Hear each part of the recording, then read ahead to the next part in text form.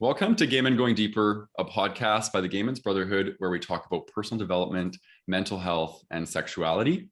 Your hosts today are the lovely Michael, the awesome Callan, and the wonderful Matt.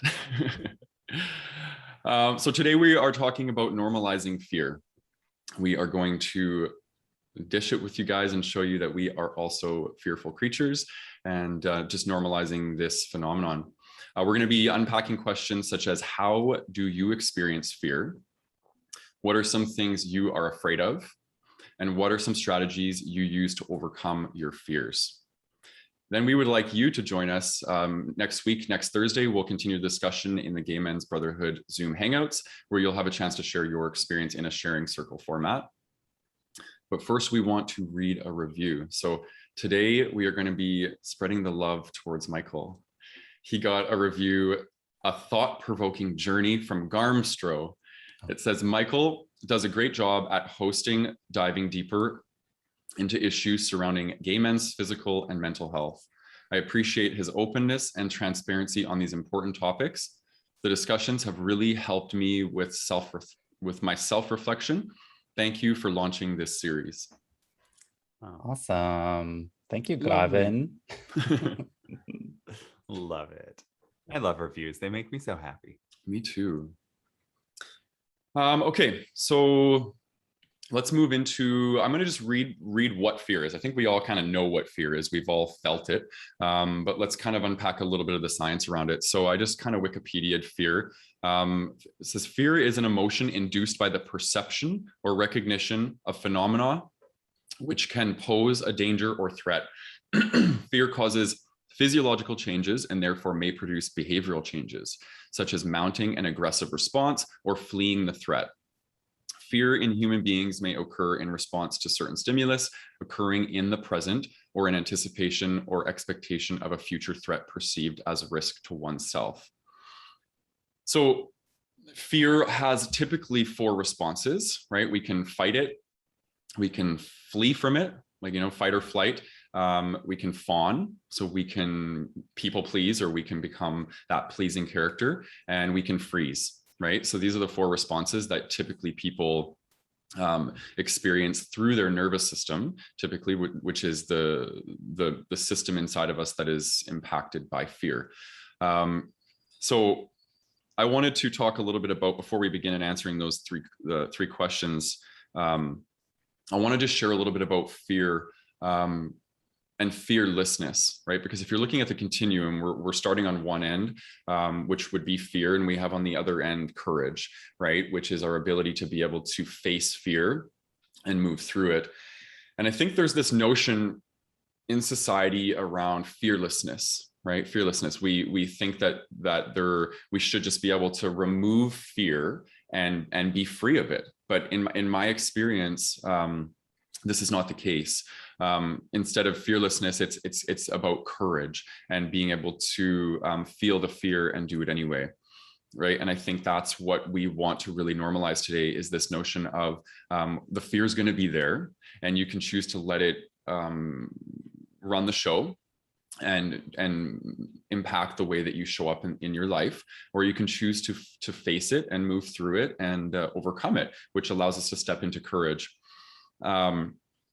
So I also wanted to note too that for people who struggle with anxiety, this really is a fear-based disorder, right? We have this perception of something being a threat in our environment. And usually anxiety is a disorder of future, right? Where we're anticipating something coming, which is usually fear or a threat. And then we allow that to kind of spin us out, and we get into that more vigilant or hypervigilant state. So I just wanted to kind of preface with those 2 things. And yeah, so how do you experience fear? I want to pass it over to Michael. All right. How do you experience fear, Michael? Thank you, Matt, for that intro. And I love that saying, feel the fear and do it anyway. That's one of my favorite mantras, and I believe the title of a book somewhere. Okay, so how do I experience fear? This was a great question, because I was like, I definitely used to experience fear in a very different way. before I was, really into my personal development journey. Not to say that I wasn't afraid, but they were very different things. So I'll start by saying you guys all know that I am a recovering control freak. And so I think the first thing that came to mind is I feel afraid when I perceive that I'm not in control. And so that's for me is one of the first big ones. But of course, we know when I really think about it that I'm never actually fully in control of the things that I think I am. And the only things that I do control are my thoughts, my behaviors, my actions, and so on. So I think that perceived, like in the definition, there was a perceived threat, perceived loss of control for me will ignite some kind of fear. And then the other thing is for me a fear of the unknown. So when I do anything or I'm about to do anything that I've never done before or that feels uncomfortable for me, there is fear. And the way that fear shows up for me, and maybe this is what you meant by the question, was I get a very, very deep feeling of a pit in my stomach, like there's a giant bowling ball sitting in like my tummy, and it feels terrible. The other thing that happens is my chest will get like I get shallow, short breath.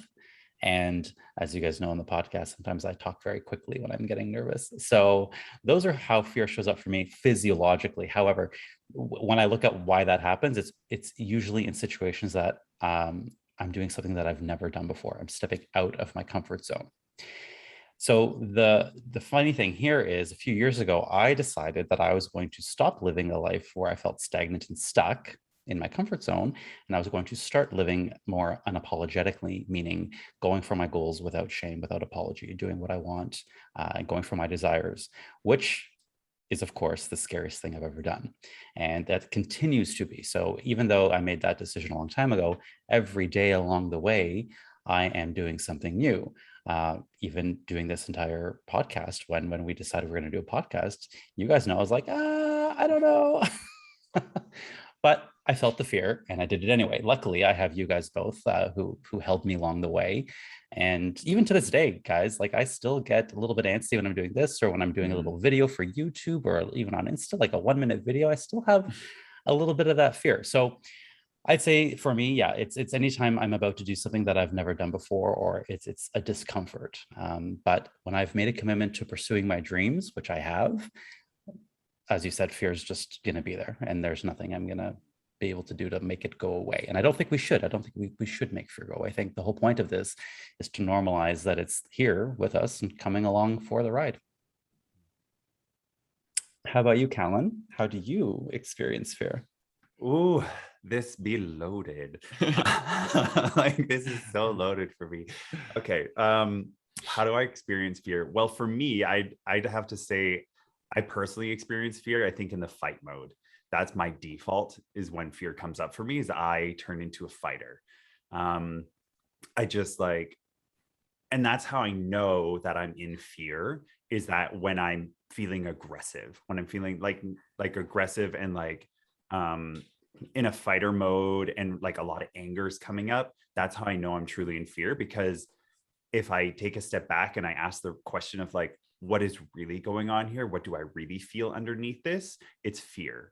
And usually a lot of mine comes down to, fear of abandonment is one of my big ones, just from my past history and all that. So when I feel that fear, that's a huge triggering one for me, is when I feel like I'm being abandoned. That's when I start to lash out and I start to get aggressive and angry because I don't want to lose whatever it is. And then another way that I experience fear is anxiety.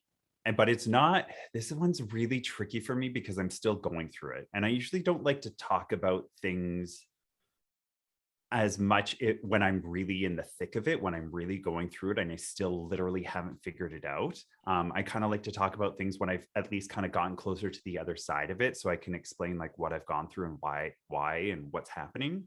But for me, I have like a secret anxiety. And so I know it comes from fear. I don't know how or why. And I've done work around this. Matt, we've talked about this before. But when I sleep, I have sleep anxieties.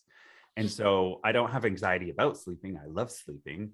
But when I'm asleep, my subconscious will wake me up out of fear, anxiety dreams. So I have this reoccurring dream where I'm on the side of the CN Tower, I'm doing the edge walk, and like I'm leaning over the edge, and just thinking about that makes my stomach turn and gives me like those anxiety butterfly feelings. And that to me is like terrifying fear, which is wild because I've gone skydiving, I've gone bungee jumping, and like all of that's fine. But it's this one thing that has like carved a neurological like a stronghold in my brain that I never used to have before. And it started when I became a flight attendant and I was, you know, sleeping all sorts of weird hours and traveling all over the world. But the place that I worked was very fear-based kind of mentality. And the area of the world that I lived in the Middle East was also very fear-based kind of energy. And I think that the years of compounding interest around this anxiety of like, oh, I can't miss my flight, or oh, I can't do this because like everything had such a fearful consequence that it built this anxiety in me that manifested in this dream. I don't know why or how. And now I struggle with a lot of stomach problems around this anxiety that happens to me when I'm sleeping and I can't control it. And so that's another way that my fear kind of comes up, but I've been doing the work for years now to kind of unpack that and figure it out, whether that's therapy or naturopaths and all like intuitives. And it's still deeply rooted in there. So I know that there's something big in there. And when it shifts, it's going to be massive. But that's kind of another way that I experience my fear, is that I don't necessarily outwardly have it, but I know that it's there because it's manifesting in me in such a strong way that I'm like, okay, we got to figure this out. So those are kind of the two biggest ways that I experience fear. The more outwardly one is that when I'm feeling like something's going to get taken away from me or my abandonment stuff comes up, I act out in anger and that fight mode. And that would be my kind of default in regards to my fear response.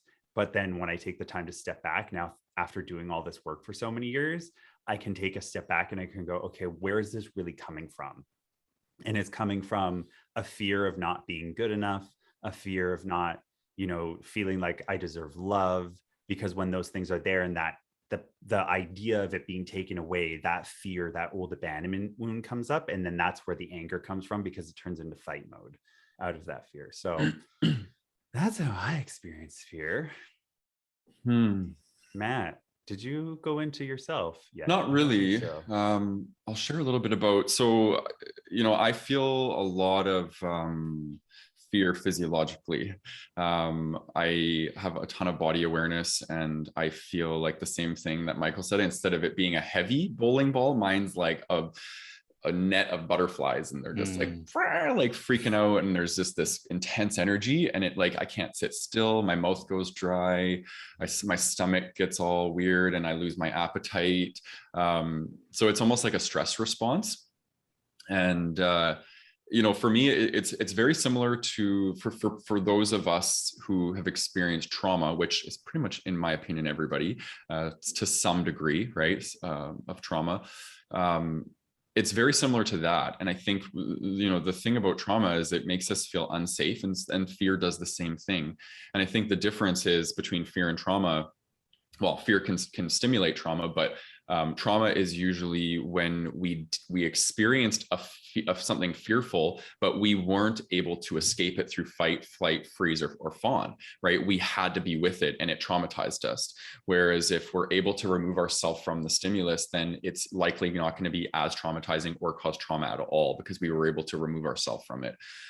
So I feel a lot of the same feelings that I felt when I experienced trauma. And what's really interesting is that in the last year and a half, I've done a ton of trauma work. And I think that's really what my awakening process has been. It's been a shedding of the trauma that I had gone through as a child, and really allowing myself to connect back to that inner resource, or that inner part of me that I didn't ever get to develop, really. Like as a child, I didn't ever really have that safety, that inner safety or that outer safety to be able to tune back into.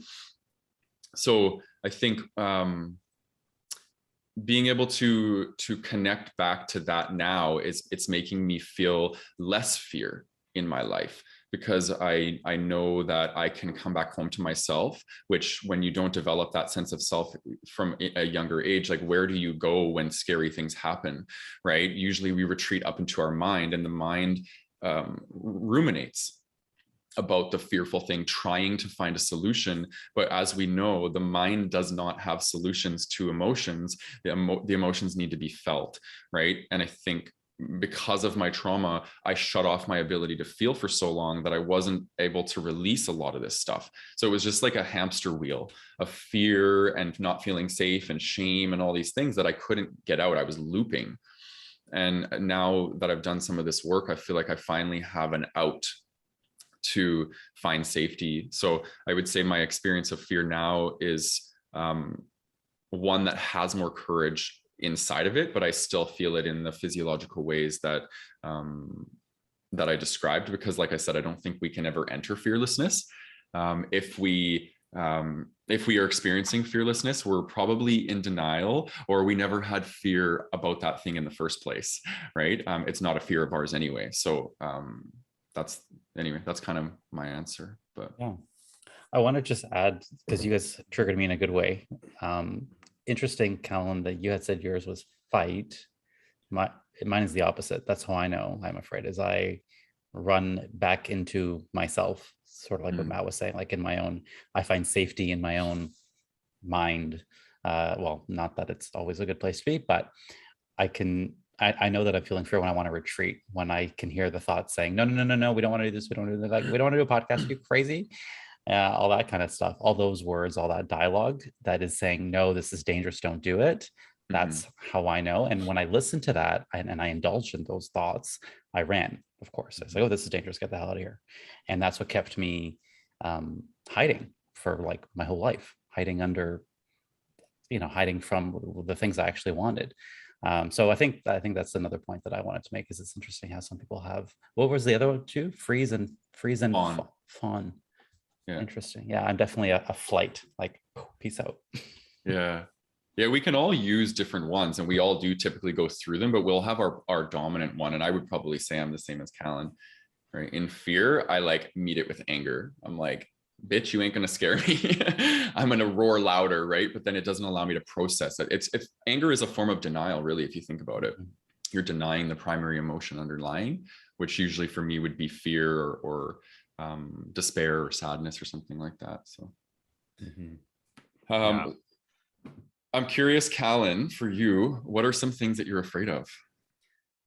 Oh, well, I did mention them before. The idea of going up to the CN Tower and doing that like edge walk, it scares, like I have a physical, visceral reaction when I see it.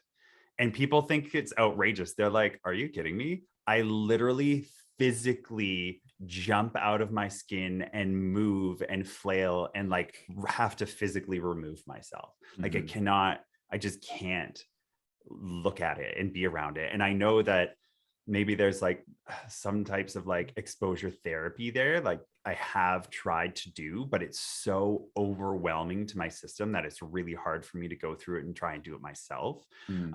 Like I'm talking like I've tried to like watch YouTubes of people doing it whilst having like meditation music going on, being safe in my bed, and just like my body is just shaking uncontrollably and just like tears are rolling down my face. Wow. But the crazy part is I have no idea where that came from. I've been up there. I've gone over the glass part before. Like it was scary, but it wasn't like I couldn't do it. And I've gone bungee jumping. I've gone skydiving. I've done other things and been in heights. Like I was a flight attendant. Like I was 40,000 feet up in the air. Like that doesn't scare me. And even like there's this idea, there's like this thing you can do where you can like go and stand on the top of like a propeller airplane and like they fly you around and you're all strapped in and stuff. And I would love to do that. That looks amazing to me. And being up there and the idea of falling off that doesn't even faze me. But it's this one thing that I'm just like, what is in there? And it's so hard because I can't intellectualize my way out of it, you know? I have to feel my way out of it. And that's been that's probably been at least the last year or two of really trying to feel into it and take away the intellectual side of it and just feel it and understand the emotions, and letting myself cry and do all that. But that's definitely one thing that I'm afraid of. And abandonment it's not as big as it used to be. Abandonment used to be really big because coming from a divorced family, and just it seemed to kind of be like a running like theme in my life, which I know that means that there must be something there that I need to work through, that I need to process. But like I've had best friend of like 10 years from high school just drop me all of a sudden because they're like, no, I'm over you. And it's like, okay, is that me choosing bad people in my life, or is that them being a bad person? And I just go into this whole abandonment, I'm not good enough, because that's the story I've told myself for so long, that I'm like, it has to be me. Like I have to be the thing that's wrong. And so I have a lot of fears that come up around that, that I still am working through and processing, and being with you guys and working through it here has been huge in helping me kind of like learn and grow through that, because there have been many times in my head where I've been like, oh, they're done, they're over it, they don't want to do this anymore, they're cutting, they're running, like the whole thing's going to come collapsing down, and it's all going to be over. And I catastrophize it in my head because of my own insecurities that are coming up. And in those moments, I have to just, take a step back and remind myself like, okay, cool, great, nice story. Let's look for the actual facts and truth in that. And I can never find it. It's all just made up stories that I've put in my head, but there's no actual facts of that. Like there's no truth that I can see. And so I'm like, okay, well, if there's nothing that I can tangibly see, then it cannot be true until, if one day it does. But until then, I have to assume that things are great and it's going in a good direction. But that still comes up for me. So I know that there's still healing that needs to be done there. That obviously goes back to my childhood of like feeling abandoned by my parents when they divorced, and then feeling abandoned by my dad when he kicked me out when I was 16 because he picked his girlfriend over me because she didn't like me. Like all of these things come up, and unless we work through them and process them, they're gonna stay there and stick through that. So that's what a lot of my journey has been now in my adult years, is trying to kind of move through that and emotionally digest that instead of intellectually go through that, because I'm a very methodical, intellectual based type person. I understand that, and emotions are a little bit more, I don't get them per se sometimes. So yeah, kind of learning how to go through those emotions and work with them and just sit with them, and not need to understand why I'm crying my eyes out, but just to do it. Like, I don't know why I'm crying. Like sometimes you watch a show and you're just like, and you don't know why per se, but you're just like, okay, I don't shut that down anymore. I just let it out. Whereas I used to just close that up. So that's a couple of things that I'm afraid of. What about you, Michael? Yeah, I resonate with the fear of abandonment more so when I was younger. Definitely up until, I would say, one of my breakups really helped me kick that one to the curb. But for a very long part of my life, that's what kept me, and fear of rejection, I would put those two together. It kept me in my people pleasing. It kept me with people that I maybe shouldn't have been. But I would say those two I've done a lot of work with over the years, and it feels kind of nice right now to think, hey, you know what, not to say that they're gone, but I've done a lot of work around them. These days, it's as I was saying earlier, sort of the fear of the unknown. And for me, that shows up more than ever these days with visibility, fear of being seen, which is really weird. I'm like, I didn't know I had this until I started, running my own business and having to market and advertise and speak about myself and tell people how awesome I was. I'm like, no, I don't do that. That's for people who are grandiose and they speak about themselves. So learning to unpack that has been very eye-opening for me, right? And I think that it's not one I knew was there. And I think subconsciously we do that. Subconsciously we stay away from situations where we don't have to trigger our own fears until one day they are, and then they come to the surface and you have to deal with it.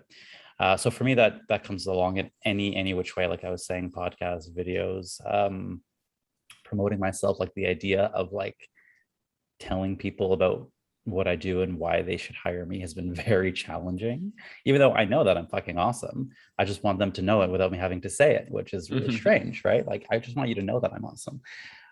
So having to do that has been a big challenge. And I want to say as well, fear of fear. I think that comes up for me a lot. Like, I'll be afraid, and then I'll be afraid that I'm afraid, which just creates, at least for me, panic. So first I'm afraid, and then if I'm afraid, then I'm panicked. And then when I'm panicked, I'm not thinking clearly. I'm just in complete chaos. So I think this is very common. Like, we don't want to feel fear. We don't want to have any kind of discomfort or uncomfortable emotion. So I am afraid of situations that will therefore create more fear in me. And that's just unnecessary layering. So yeah, I think those are the main ones. In terms of the physiological perspective, like Callan, you were saying with the CN Tower, that I would never do that. But also for me, like that feeling of going up a roller coaster, so like, and you're going higher and higher, and you have no idea when this fucking thing's gonna end, is very scary. Knowing that I signed up for it and I did all this and I paid for it and I stood in line for this thing and I still do it, but and there's some kind of analogy to life here. Going down, where most people find that scary, I am like, yes, and I'm like just loving it, and the journey afterwards feels fucking great, and it's thrilling and it's exciting. So there is something to be said about that fear and excitement being two sides of the same coin. At least for me, that's something that I see. So yeah, it's interesting that I do these things where we sign up for these experiences like bungee jumping or whatever it is, and you're afraid, and you're having all these reactions, but then it's so thrilling at the end of it. And then you could say, hey, I did that. Or you look back at it and say, yes, I was afraid, I survived, and yeah, let's do it again because it was so fucking fun. I just need to say, I love that roller coaster analogy. Yeah, right? Because I feel like that's what we're doing right now with like everything that like we're doing with, this podcast, and we're like going up right now. And like, I'm like, waiting. I'm like, what is the other side gonna come? Like, when's that gonna happen?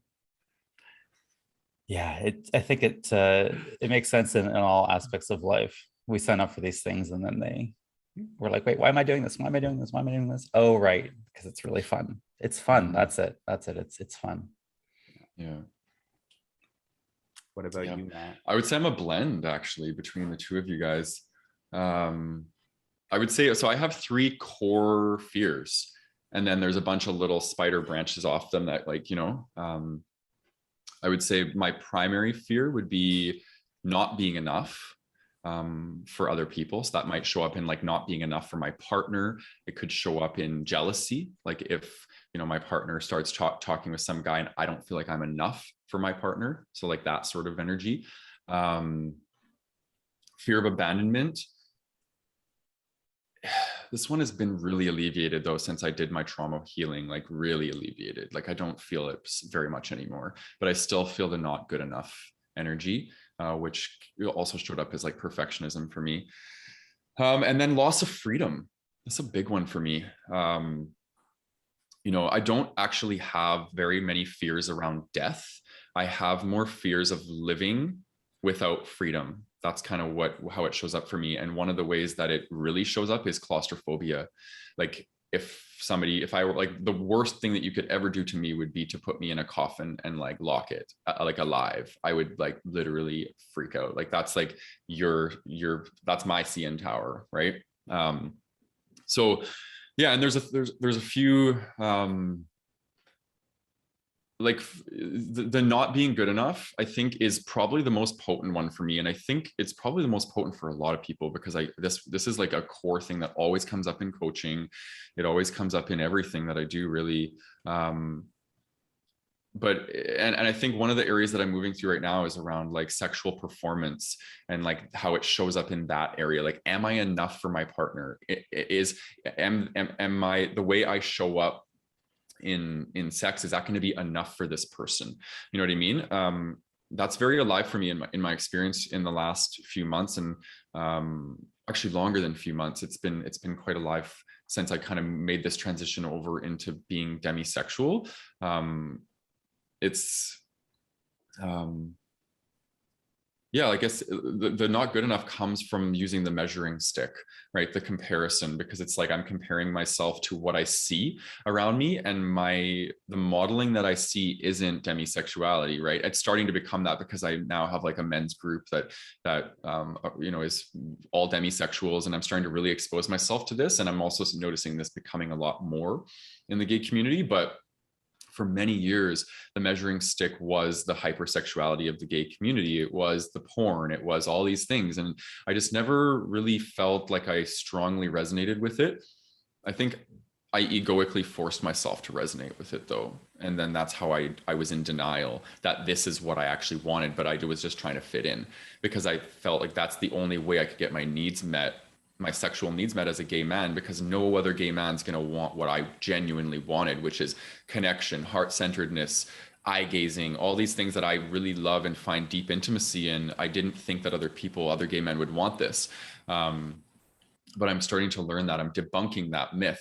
And the more I speak my truth, which has been very, very fear inducing, right? Like being different and speaking your truth, it does have a little bit of backlash, but it has way more payback, because now I'm getting people reaching out to me being like, oh my God, this is totally me too. Like I didn't think that somebody was the same as me. I get that all the time. So I wanted to, well, I'll just list some of my fears. So again, the sexual performance,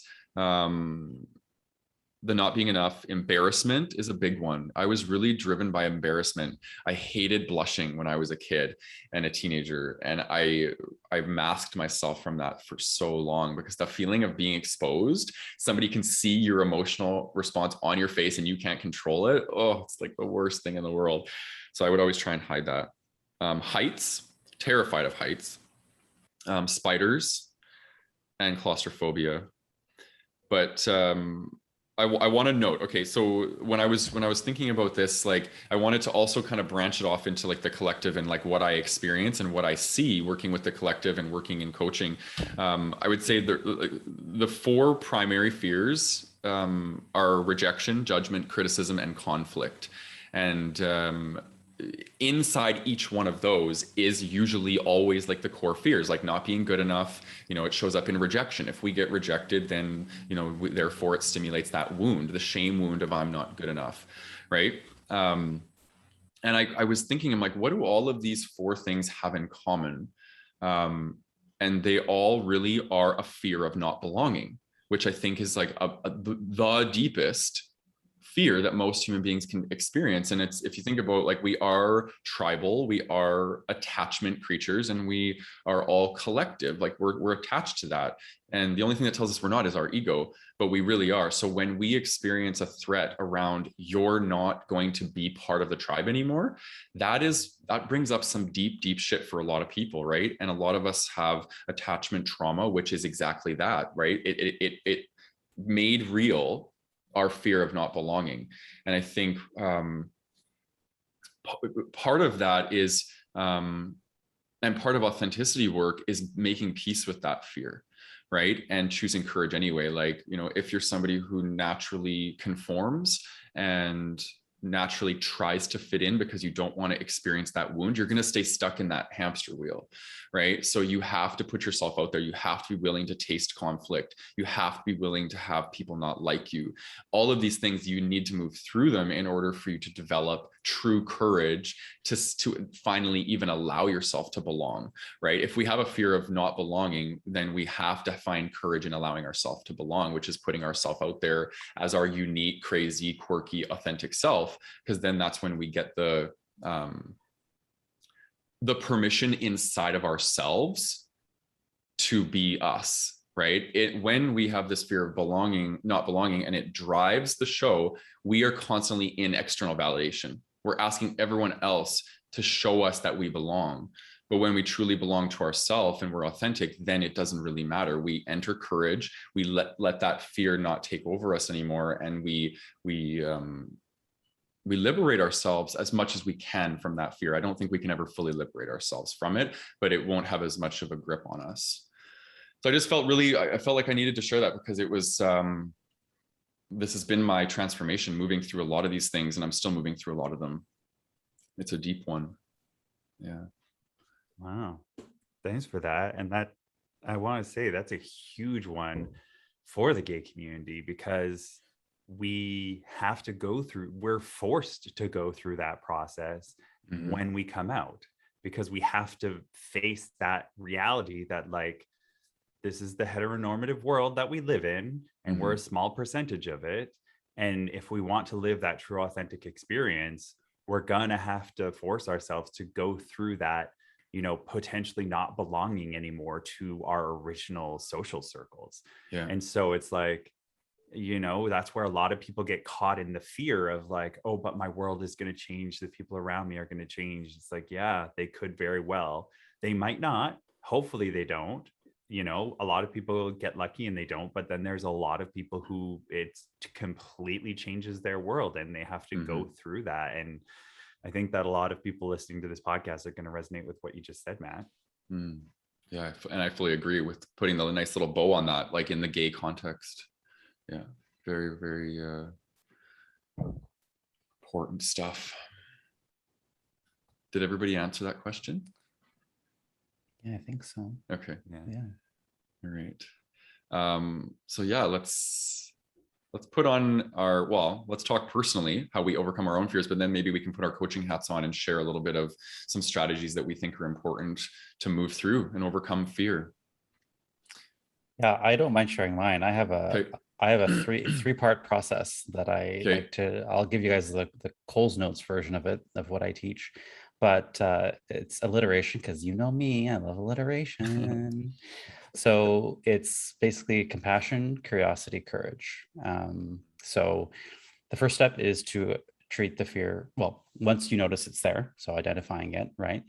The way that I like to have compassion for my own fear is, again, the reminders, just the constant reminders that we are designed as humans to feel this emotion. Nothing has gone wrong. Just because it's uncomfortable doesn't mean anything has gone wrong.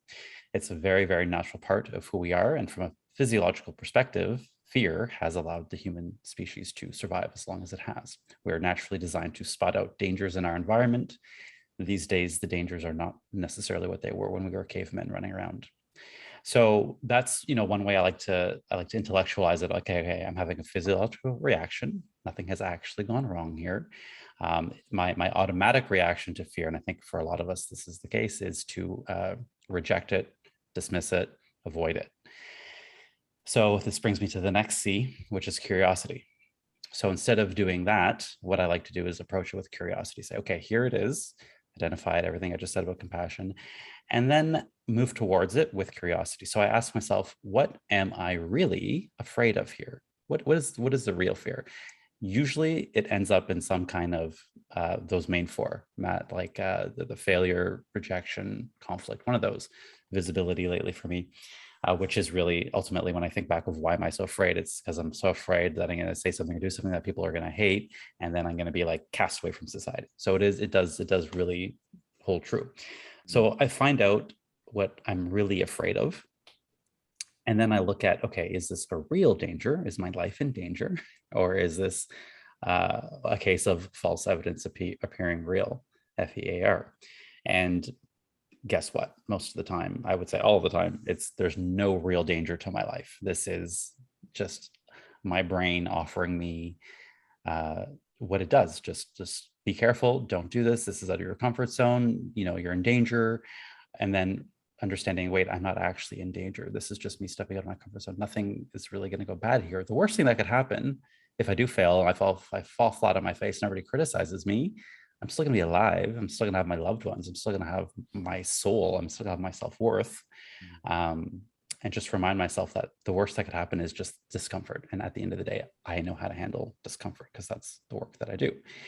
So that curiosity. And then the other part of it would be asking myself to like do the flip over is, who would I be without this fear? I ask myself that question. What would I be doing if I was not afraid of this thing that I am afraid of? And then lo and behold, of course, the answer to that question is the result that I want. Right. And so I'm like, okay, so clearly this fear is A, made up in my mind. B, it's the one thing standing in the way between where I am now and where I want to be in terms of goal setting. And that's when I get to the third C, which is courage. Simply allowing the fear to be there and taking action regardless. Coming along for the ride. I love to use that. Like, okay, you're here, come on. Like, I'm not trying to get rid of you because that's just gonna take way too much time and I'll end up being stuck. So you're coming with me, fear. Put a little purse and come on with me. And then I remind myself, all this means is that I'm on the right track, right? The way that I define fear for myself is you're going out of your comfort zone. So yeah, of course, if I have a life dedicated to growth and going after my dreams are not in my comfort zone. They're definitely outside of it. All this means is that there's a signpost saying, check, Michael, you're on the right track. You're feeling afraid. Keep on going, buddy. And with that, I can muster up the courage to take that action, to release the podcast, to do the thing that I need to do. And at the end of the day, even if I fail, even if it goes terribly wrong, even if all of my fears do actually happen, I honor myself and I practice the skill of having my own back, which goes back to the compassion, saying, I got you, boo. You just fell flat on your face. That's okay. We'll do it again next time. I got you. What are we going to learn from this? What are we going to do? Yeah. And that really, at the end of the day, is practicing what I preach, right? Like, what kind of coach would I be if I didn't practice these very things that I teach? I think that one of the great things about this profession that we all are in is that we get to be the example of doing it. And I think it's beautiful that we're doing this episode on normalizing fear, because I think, a lot of people think that, oh, once you're at this level, like, fear goes away. And I mean, even the like the Beyoncés of the world, the Tiger Woodses of the world will tell you that, fear is part of their process too. They just learn to deal with it. So that's my 3C process: compassion, curiosity, courage. Beautiful. Love it. That's good stuff right there. What about you, Callan? Oh, well, mine is similar but different. I love that you use the fear, false evidence appearing real, because I use that all the time. But because my initial instinct is the fight mode, I do the opposite. You go towards it, Michael, I go away from it, because if I keep going towards it, I'm gonna brawl. So my reaction is, when I'm having that fear response, because mine is a fight fear response, I have to remove myself. So whether that means ending a conversation and stepping away, whether that means, hey, we're going to talk about this another time. I have to really step away from whatever is causing me that fearful fight reaction and kind of give myself space, whether that's a couple of minutes, whether that's a couple of hours, whether that's a couple of days, to step away. And then that's when I go into, similar like you, Michael, go into the kind of curiosity of it and go, okay, what's really hiding underneath here? Like, why was this so triggering for me? Why was I getting angry? Because I know the base of this is rooted somewhere in fear and shame and all that other stuff. So let's find out where this is really hiding. Like, sometimes you have conversations with family and, like, my brother triggers me and I get all angry. I'm like, okay, well, why? Like, what is this? What's hiding underneath here? And usually what it is it's a fear of, losing that connection, or fear of loss of love, and that's what's always like the kind of stuff that's hiding underneath. So that's where my curiosity leads me. And then what I usually do with that is, like, I'll sit on it and meditate on it. And I'm not saying like I sit and meditate for hours. I give myself the space to think about it. Whereas a lot of people, I find, is so many people are afraid of that space, which is why so many people are go, go, go, go, go, get it done. Just do all the things, because they're so busy distracting themselves, because they don't want to give themselves that space. Because if they give themselves that space, they're going to find out a lot of shit about themselves, and they might not like what they see down there.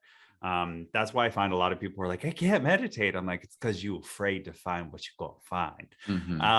But yeah, so when I come to those places, I give myself that space to think about it, and really, truly, not when I'm in the anger, fight or flight kind of energy, when I'm in I've given it some time, it's the next day or whatever. And I'm like, okay, let's really just sit and think about why this came up for me, because I'm emotionally distanced now from the initial trigger. Now I'm in kind of like an equal space. Let's get curious about it and let's see what's going on. So that's like a bit of a meditation that I'll do. And then to take that further, I do some journaling around it if it's like something really juicy that I just need to kind of like get out. and I kind of just do some free writing. And I usually start off with the anger of it, and I just let that spew out of me. Or this is also good to do at the beginning in order to help dissipate that anger energy or that fight energy. I just let it rip on a piece of paper, and I get out all the things. And then by the end of it, I've purged all of that, and it's gotten out of me. It's gotten out of my head. So it's not sitting on repeat and replay. Because, you know, sometimes you like sit and ruminate and you repeat the kind of conversations that you want to have. You're like, I'm going to let him have it with this and this and this. And like you keep building like this amazing like comeback in your head, but it's really not going to do anybody any good. Right. And so I get that all out on paper. And then by the time it's out, I'm like, that's stupid. That's ridiculous. Like, this is, I can't tell somebody this. This is all the crazy stuff we tell ourselves in our head, right? And then I shift over into the curiosity, and then by the end of it, I go, okay, let's just do some journaling about where this really is, and that's like more of a therapeutic healing thing that I like to do. That kind of takes me through the different stages, so that by the end of it, I'm like, okay, I know where this is really coming from now. And I, like you, I don't have a little purse, but I have a car. I have a car because I used to let fear drive that car, and I used to let different sides of me drive that car. And no longer do I let fear drive the car. I'm firmly the one in the driver's seat, but I have like my child self, which usually is a lot of the fear that comes up because it's his past traumas and wounds. And then I have fear and other people come and go in the car, but whoever's there, they get to sit in the back seat. Nobody else gets to sit with me. It's just me driving the car. I'm happy to listen to you, but at the end of the day, I'm going to make the decision. So just journaling that out and getting that out of my head and on paper is something that I really find helps me kind of I wouldn't say overcome. I like to say go through, because I don't want to overcome my fears, because like you said, I think they're good. I think they're there for a reason. They're, you know, humans were designed to survive. So the fear is there for a reason, but it kind of helps me process and move through it, because I think you got to feel it in order to heal it. And because I'm so methodical and intellectually based, this really helps me get into the more emotional side of it and figure out where it's coming from. So it helps me process it more on that emotional level, so that I can go through it. So those are what I would say my my process is, my tips are. What about you, Matt? Yeah, you guys have really great stuff. Honestly, very tangible things that people can take away. I like that. Okay, so for me, I came up with 3 things. And the first one is it's about ego. And I think ego is essentially that voice inside of our heads, or that development of self. It's like where we get to that point in our lives when we're younger, and we are able to realize that we aren't like that we have a sense of self. We can talk about ourselves. We can think about ourselves. That's the formation of the ego. And I think the ego oftentimes we becomes the filters of how we perceive the world. And perception is everything when it comes to fear, because, you know, we talk about false evidence appearing real. It's all about perception and putting it through filtering. And I think that there's some things that can keep us stuck in fear by not facing our fears, and we stay stuck in the hamster wheel, right? Which I've identified as like psychological defenses, which are common mechanisms that the ego use to try and not have to feel X, Y, and Z. And in this case, we're talking about fear. So one that is very apparent for me is anger, right? Whenever I experience fear or criticism, rejection, any of those things, I meet it with anger, because it's easier to feel that than it is to feel what's underneath of it. That's a psychological defense. If I always meet anger or fear with anger, I never actually get good at moving through the fear, right? And moving towards courage. Another one that's very real and alive for me would be denial. Right. For most of my life, I feared not belonging and I feared rejection. So I used the mantra that I don't give a fuck what people think about me. Right. How that's loaded with denial, because how can a human being possibly get to a place where they absolve themselves of any concern that other people might have of them? It's impossible. We're hard, unless you're a psychopath or a sociopath. It's impossible, because we have empathy, and empathy tells us we care what other people think. So these are the mechanisms that it's really important for me to become aware of. So I know that I'm using them. I know my ego is activated, and then I can lead with curiosity, and I can get to a place where I'm like, okay, how can I actually meet this fear? How can I move through this fear and allow it in, as opposed to always putting the walls up around it? So that would be one of the greatest thing is look at all the, just Google like lists of psychological defenses. You have minimizing, rationalizing, blaming, denial, anger, projection, these sorts of things, and then just research them and look at like, which ones am I using and which ones am I need to be mindful of, so I can start to face up to the things that are going to help me grow. That's the first one. The second one would be the mantra, feel the fear and do it anyway. And this was the first personal development book that I read. It was Susan Jeffers, and she published it in 1987, 2 years after I was born. And I read it then. No, I'm just kidding. I read it when I was about 15. And I just found it. And this is when I really got invited into personal development, and I started journaling and all these things. And for me, that became my mantra, because I lived in fear. Again, trauma and being gay. And like that mantra really pushed me towards coming out, because it's like, I am not like for me, the regret of not facing my fear is larger than the discomfort it causes me to move through the fear, right? I could not sit with myself if I knew that there was an opportunity for me to get up and face something or do something, and I chose to let fear dictate that. And I've always been that way, right? So I choose to always feel the fear and do it anyway. And that's been a huge game changer in my life. And I think what I'm talking about when I say that, feel the fear and do it anyway, is courage. And that is really the energy of stepping into exactly what I just said, noticing that the discomfort, what is going to be worse for you, right? If the discomfort of moving towards your fear is truly going to be greater than the regret, then maybe you're not ready to face that fear right now, right? And that's okay too. We can stay incubated in our comfort zone until we find the courage to move outside of our comfort zone. But I do a lot of work with virtue cards, and I've had these since I was maybe like 25 or something like that. And I circulate through them. There's like probably like 150 of them, and I picked out the courage one today, so I'll read it for you guys. Courage transforms fear into determination. It is embracing life fully without holding back, doing what must be done even when it is difficult or risky.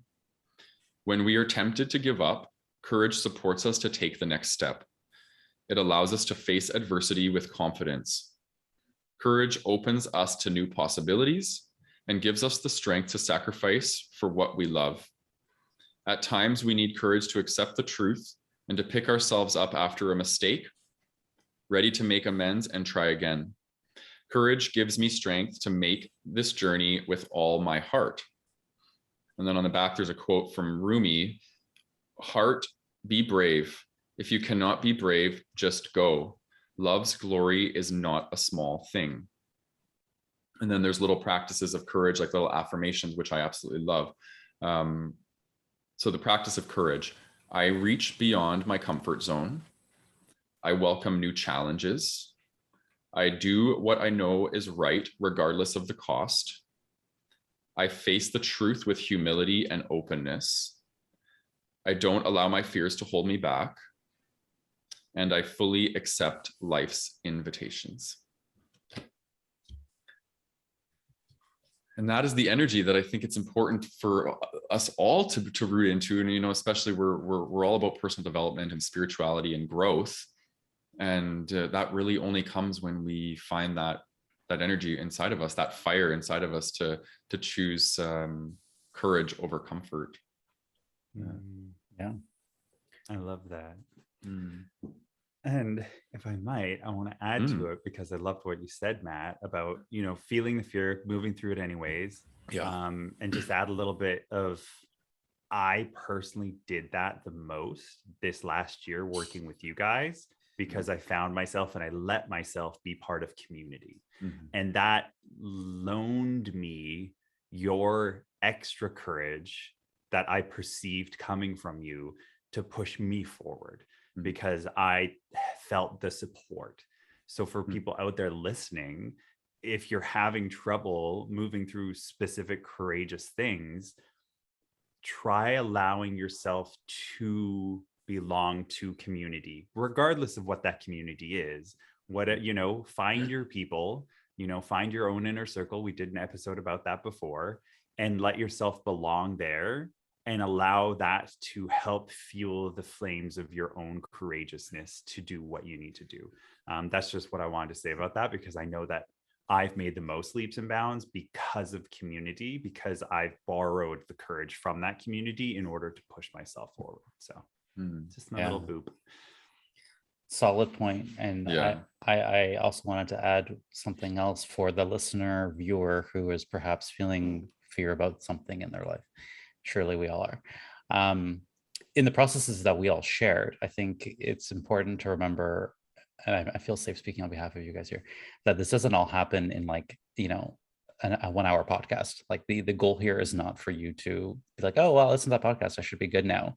You know, I rhymed off compassion, curiosity, courage really quickly, but sometimes this takes weeks, months. It takes what it takes, Years. Right? Yeah, years. Yeah, it takes a long time. I didn't make a move to live the life I wanted to live until I was well into my 30s. So yeah, it does take a long time because I had that deep underlying fear of going for it, fear of visibility, all that stuff. So I just want to say, you know, it doesn't happen overnight.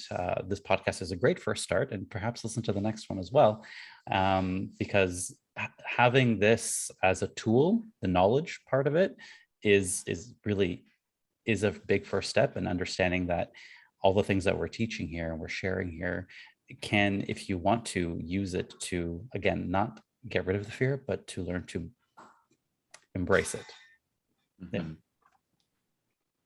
Yeah, I like that. I like that a lot. And I think I would second what both of you guys said, but more specifically to Callan, because like community has really been a huge pivot point for me, right? Because we get to face all the fears there, right? So it's like when we're in our little womb of ourselves, our comfort zone, it's like we can only face so much. We can only do so much personal development work. And then we got to bring it into the relational dynamic, which is where most of our fears originate. Most of our fears are social fears, right? So we practice them with each other.